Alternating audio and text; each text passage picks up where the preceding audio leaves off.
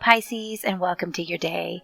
Thank you again for joining me. And if you're new, thank you so much for being here and finding me. If you've been here for a while, then thank you for coming back. Oh my God, you're amazing. So today is going to be a horoscope for the 10th and the 11th. Starting with the 10th, the waning crescent is still the moon that we have in the sky, which means rest and restore your energies because you are going to need to save that until tomorrow. Okay? Hint.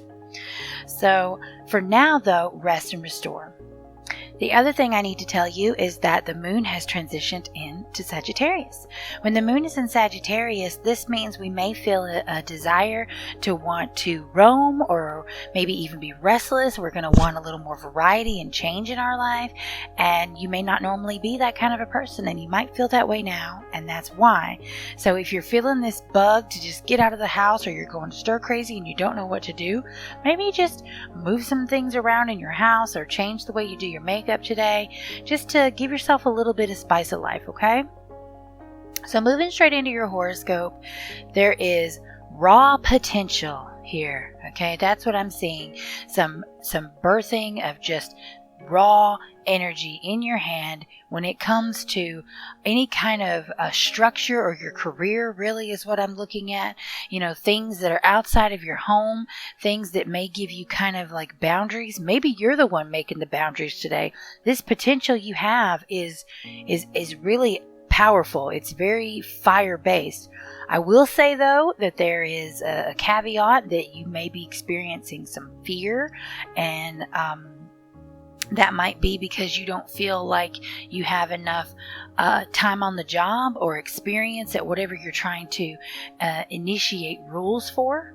But know that you should be looking back at your past in situations that you have completed in the past and finding there should be some satisfaction that you should pull from that, from things you've completed before. Basically, what I'm seeing is that you need to use past similar experiences to give you the push to move forward with the things you're trying to implement today.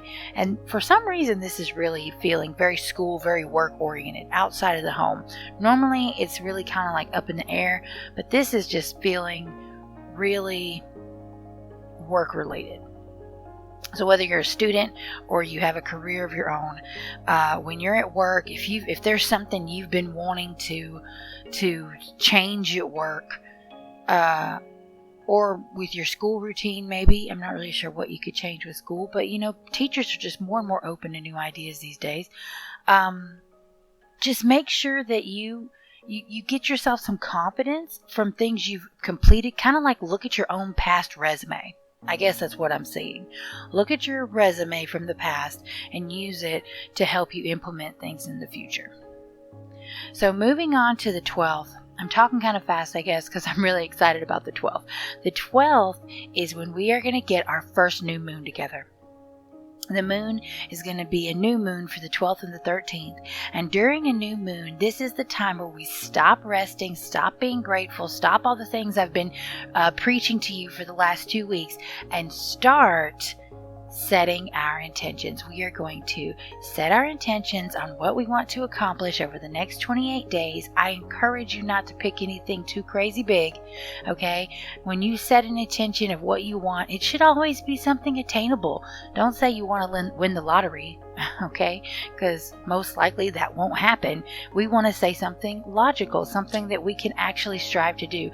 I encourage you to pick something that maybe you've been wanting to do and you keep saying, I'll do that later. For me, it is literally going to be to clean out my closet. And I also am going to encourage you to write it down, because for the next 2 to 3 days, we're going to continue to reflect back on this, and it'll really help you if you have it written down. So please, if you can, at some point, maybe right now, give yourself 5 minutes to figure out what this intention is and write it down so that we can continue to look over it for the next few days. So moving into your horoscope, what I have for you is to deal with your family, to deal with yourself and your self-care and your family, things that are within your home, emotionally cared for within your home. So it could include you, or it could include a loved one, maybe even a pet if you love them like a kid kind of thing. And the call here is to just, I don't know, go for it is what I'm saying.